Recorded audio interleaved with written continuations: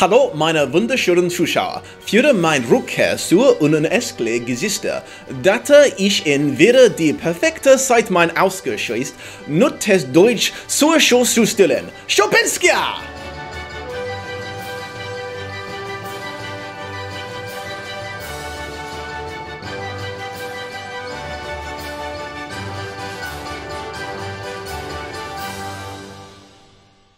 The Neverending Story cartoon has been known by several subtitles over the years, including just the Animated Adventures, the Animated Adventures of Bastian Balthazar Bucks, and Bastian to the Rescue. It ran for just one 26-episode season starting in 1995, meaning it just predated the third movie. In hindsight, it probably should have served as a warning of what was coming because it's pretty shit. First of all, let me make one thing very clear. No, that is not an acceptable excuse. This target audience is exactly the same age bracket as the first movie, and that managed to be deep as shit. Take that away. It's been a few years now since I've read this book, so I will have to beg your forgiveness in advance if I remember some of the details wrong. Also, I'm afraid I've only watched the first 4 episodes because that was exactly how many I was able to get my hands on in the UK. It presumably didn't do so well over here. Okay, it's time to play another rousing game of what the fuck is this adapting and what the fuck is it a sequel to? I'm genuinely surprised by how often this is coming up. Bastian is thin, so film. Atreyu is green, so book. Zaida is alive. Neither? Yep, it looks like we've got another adaptation on our hands which gives no fucks which previous incarnation of the story it's picking and choosing from. Actually, I'm not sure we should technically call it an adaptation. I mean, it's pretty upfront about being only very loosely based on Ender's work. It's more of a spin-off, or if you're feeling less generous, a cheap, lazy cash-in. I was actually tempted for a little while to go as far as to say that I don't think this series has anything to do with the films at all, but that doesn't quite hold water. First of all, if you try and tell me that the animated Bastian isn't based on the kid from the first movie, I would be forced to slap you with a rotting haddock for your vile lies. And, second of all, if you've not seen the film, you will have no fucking idea what the fuck is going on here. Film-only characters are introduced with nary a word to explain them. Nice try with a theme tune there, fellas, but you're just never going to top the original. It can't be done. Turn around, look at what you see. My dancing, the one thing better than my German. This cartoon confused the fuck out of me for several reasons, first and foremost being I couldn't for the life of me figure out how Bastian's interactions with Fantasia were supposed to be happening. You see, the setup for every episode was always something starts going down in Fantasia, it then cuts to Bastian in the real world, usually hanging out with his porn stash father. Bastian somehow senses that Fantasia needs him and goes to Mr. Coriander's bookshop, where he always happens to be out at that exact moment and starts reading the book. And then it looks like he's pulled into Fantasia because suddenly he's in the story, but he's also still narrating it as if he's reading about it, and when everything's sorted, it just cuts to him finishing that chapter and walking away. So, are there 2 Bastians now? One that stays in the real world and one that pops into existence in Fantasia whenever he starts reading the story? I mean, that's not how it works, guys. That's not how it's ever worked. No, wait, that can't be it, because he sometimes tells his father what he's going to do when he gets back to Fantasia. Okay, there is just no logic that can be applied to this whatsoever. This is a logic-free zone up in here. Despite what the sequel films would have you believe, it's actually really fucking hard to get back to the real world once you're in Fantasia. I mean, I'm really not sure why they wanted to have this back and forth setup instead of just having Bastian be in Fantasia for a bit. Actually, you know what? This confusion is perfectly reflected on the cover of the DVD case, because you can see Bastian in Fantasia standing on a big book, presumably the Neverending Story, which shows on its cover a picture of Bastian again, reading the Neverending Story. What? Let me give you a quick run-through of the episodes I saw. Episode 1. This episode centers around people in Fantasia randomly turning to stone. Bastian, Falcor, and the Bark Troll volunteer to go and find out why. They quickly realise it's drinking Fantasia's water that causes this unfortunate petrification, so they go and seek advice from the closest thing Fantasia has to some scientists, the tiny dysfunctional married couple from the first film, who instantly shrink them down to their size for no apparent reason. They then show them a fountain, which is, apparently, the source of all Fantasia's water. Hang on, I'm trying to remember if I ever saw it rain in any of the films. Huh. Fuck. Also, if that's meant to be the fountain that Bastian was trying to get to at the end of the book, then holy shit did they get that wrong. Anyways, they then happen to see Zaida's bad robots drilling holes in the walls of the nearby cliffs. Zaida, if you remember, was the evil witch from the second film who lives in a giant hand-shaped castle. Surprisingly, they did actually reference the Zaida no-face thing. She was one of the few things that the sequel films took from the unused second half of the Neverending Story novel. Well, at least the concept of her was. They kind of went off-book immediately with her. Both the wee gnome people get turned to stone because they looked too hard at the water. After it happens to his wife, the dude does exactly the same thing. If they didn't look like they were already too old to have kids anyway, I would say this was Darwinism in action. Bastian and Treebeard's annoying younger brother grow back to normal size and then go to the nearby caves to discover the Icaris, which are interesting because they're also technically in the book. They're creatures that are constantly miserable because they're so ugly, and they cry so much they create bodies of water. You know the Silver City in the second film? Well, that was floating on a lake of their tears in the book. That's why the lake was so salty and they had to make the city out of a metal that wouldn't corrode. I think they changed it so the water was magically like boiling hot in the film, I can't really remember. I'm pretty sure I saw them fly past said city in this episode, so I guess they wanted to reference that and sort of call back to it without actually adapting it in the same way. In this version of the story, they've locked themselves away in a dark cave so they don't have to see each other or themselves, and Zaida is drilling holes to let their tears drain into the world's water supply and kill people. After some wacky shenanigans, the bark troll accidentally drops a potion he made by randomly mixing all of the gnome's magic potions together into the water, which transforms the Icaris into like a super happy race of creatures and brings everyone back to life as well. Zaida is so mad that she failed to stop them, she explodes. I'm not kidding, there's figuratively no other reason for her to explode, she just does. The end. This pilot episode wasn't one of those pilots that actually starts a story. It seemed to me like it was implying that these little mini visits that Bastian was making to Fantasia had been going on for a while, as even people who Bastian never met in the films or the book seem to know him now. Now you might be thinking, where the fuck is Atreyu? Well, it turns out he's been downgraded to a very minor character in this show. Of the 4 episodes I watched, he was only in one of them, and he was MIA for some of that too. The very first impression you get of this show is pretty fucked up. I mean, you're watching this children's cartoon. Oh, it's a lovely intro, happy, smiling characters, having fun, going on adventures, upbeat soundtrack, all seems well. 10 seconds later, you're watching someone scream in agony as they're turned to stone, leaving their face in this contorted death rictus.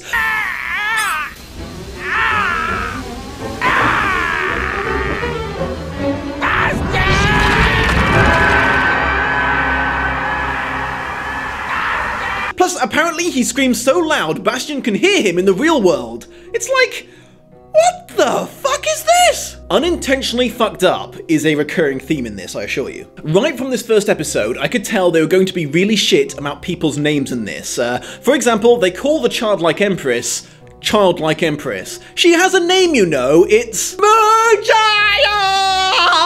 I don't know if you remember this, but her getting it was kind of a big deal. It sort of saved your entire universe. Though, maybe everyone has forgotten all the events of the past, because the people in the court still pull the old, how can he save us? He's just a child crap. Fella, every recent threat to your world's existence has been thwarted by a child. At this point, you should be scoffing if an adult offers to help. The thing with the Icaris is quite interesting, because in the book, Bastian meets them when he's just getting started on his power trip, you know, when all his wishes are being granted in exchange for one of his memories being destroyed. So he feels bad for them and makes them beautiful. Then much later in the story, they find him again and it turns out that they're still miserable being beautiful, and he's also kind of screwed over the Silver City because their lake dried up. They were part of the overarching cautionary tale about getting everything that you want and abusing power and a whole bunch of stuff. The cartoon takes it in a more shallow direction. Magic made them happy. Happy ending. Episode 2. This may not have been episode 2 when the series originally aired. Reports seem to vary on that. I'm just going off the cheap as fuck DVD I got on Amazon. Seems to be slightly lighter this time, or at least it doesn't start with death throes. The Rockbiter family are getting ready for lunch.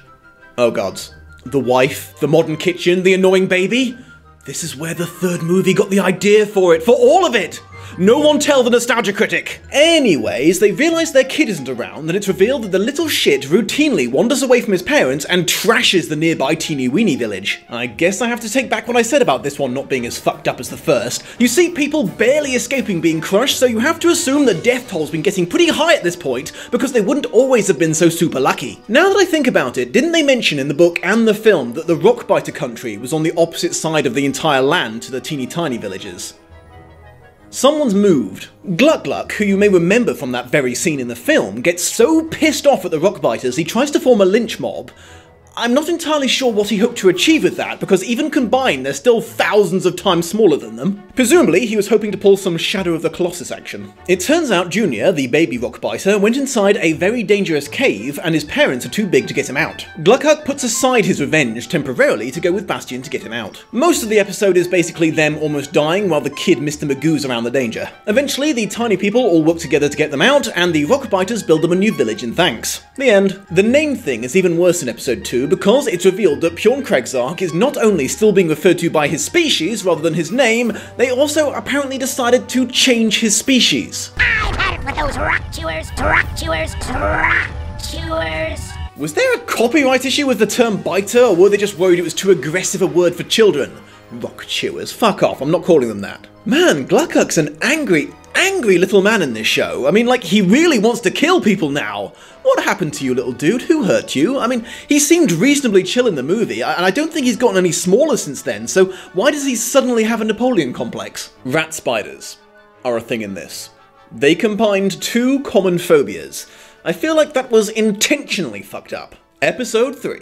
Yay! Atreyu finally turns up in all his green and blue glory. Another adaptation amalgamation, Artax can talk, book, but he's not dead and at the bottom of a swamp, film. In this episode, Zaida has stolen all of the purple buffalo that the greenskin tribes depend on for everything, and has sealed them up inside a crystal while she turns them into giant locusts to eat everything in Fantasia. Atreyu went to find out what was happening and got kidnapped and forced to work in the engine room of her very house-moving castle-looking flying machine. Once Bastion gets called in, Artax takes him to where Atreyu got nabbed. Along the way, a ghost buffalo turns up and gives him some magic powder that will cure the buffalo. Again, shenanigans occur. Long story short, Bastion and Atreyu bust out of the flying ship, they use the powder, and the freed buffalo trample the crashed ship while they escape on Artax. There was a tiny little mighty whitey moment in this where Atreyu sounds just a little annoyed that the great buffalo spirit chose to appear to Bastion, even though he's never done so to any living member of his tribe. I was very amused by the fact that the deciding pinnacle moment in this episode was Bastion realizing that he had somehow missed a verbal comma. Free the buffalo. Use the powder.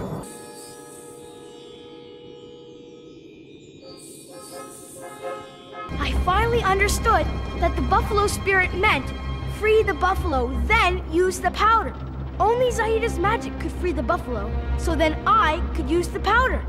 Grammar can save the entire fucking world, kids. I did notice that whenever there was bad shit going down in Fantasia, it was always the same poor bugger in the blue cloak getting fucked over by it. Apparently he's like the Australian man from Futurama. Episode 4. This was probably my least favourite of the 4 episodes I saw, though that's not saying much, the entire bloody thing was stupid. But it's like, guys, you've only done 3 episodes before this, you can't be out of ideas so soon. It's Bastion's birthday, but it's also Moila the Ancient One's birthday, and apparently, after millennia of actively avoiding people, she's now lonely. Moonchild asks Bastion if he will meet up with a guide and deliver a gift to her. The guide turns out to be a red-booted chicken with a really annoying voice. Bastion!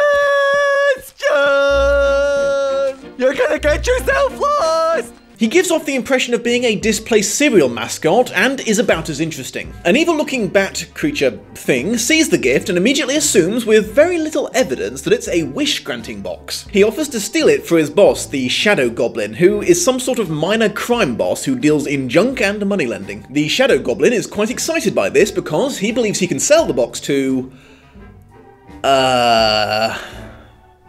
Okay, this is probably the single biggest head scratcher of the whole thing. I don't even know how to start with this. The Nothing is still around, and they've sort of combined it with Gamork, the interdimensional dreadwolf, so it has a personality now.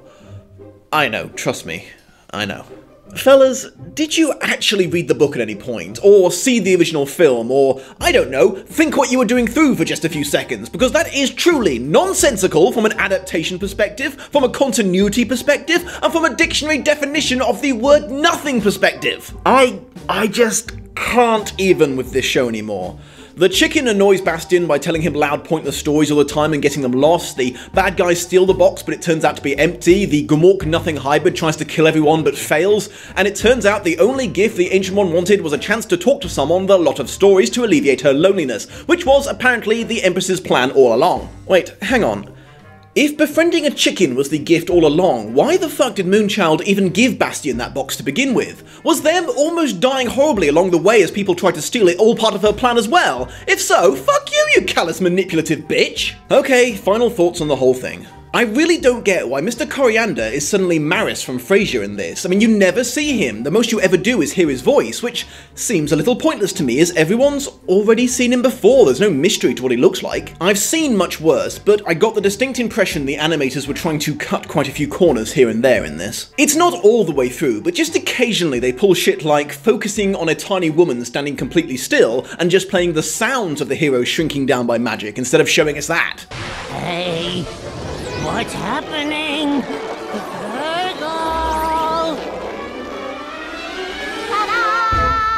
Question for anyone who's seen the whole series, does the Bark Troll's obsession with always being thirsty continue on in subsequent episodes, or was that just a one-episode character trait, i.e. lazy writing? So everyone's just alive in this. Zaida, Gamork, Artax, no one even acknowledges that they were all dead at some point or another. Am I the only one who thinks that's weird? Zaida in particular is a bit weird in this cartoon.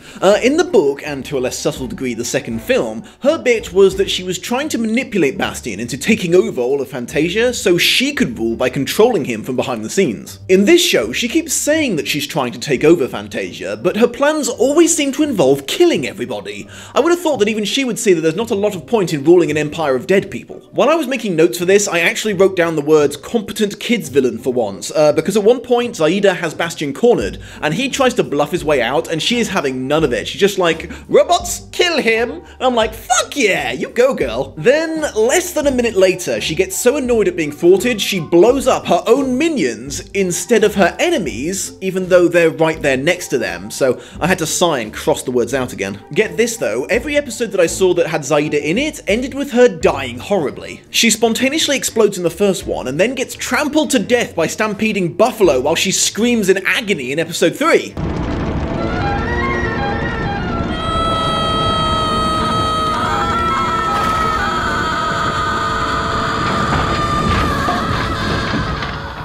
I mean, obviously she keeps coming back, so either she has a way of resurrecting herself, or her minions have been cloning her every time she dies. What's really, really weird is the two deaths of hers that I witnessed kind of parodied the deaths that she got in the film and in the book. You see, in the film, Bastion wishes for her to have a heart and the raw emotions make her explode. And in the book, her iron giants malfunction and trample her to death. I would put serious money on that not being intentional, but it's still fucking weird. So yeah, that was the start of the Neverending Story animated adventure. A nonsensical result of the low standards often applied to children's entertainment. I would not recommend showing this to any children, and I most certainly wouldn't recommend it for nostalgic reasons, as it clearly has no respect for the original story, in book or film form. The Dom out.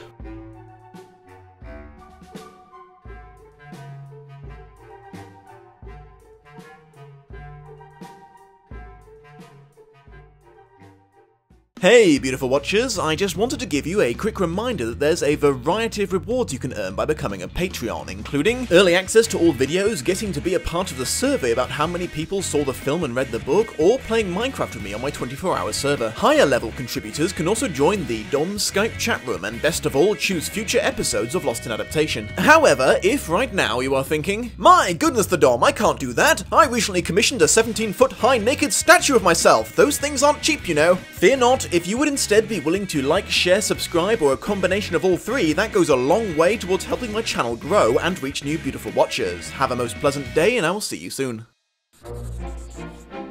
How many times do I have to repeat myself, woman? Get your fucking ass to the winch, wench! Ha! Can your modern science grow hair, make things invisible, cure hiccups? My potions can. Bull fucking shit! Stick it back up your ass, Gwyneth Paltrow!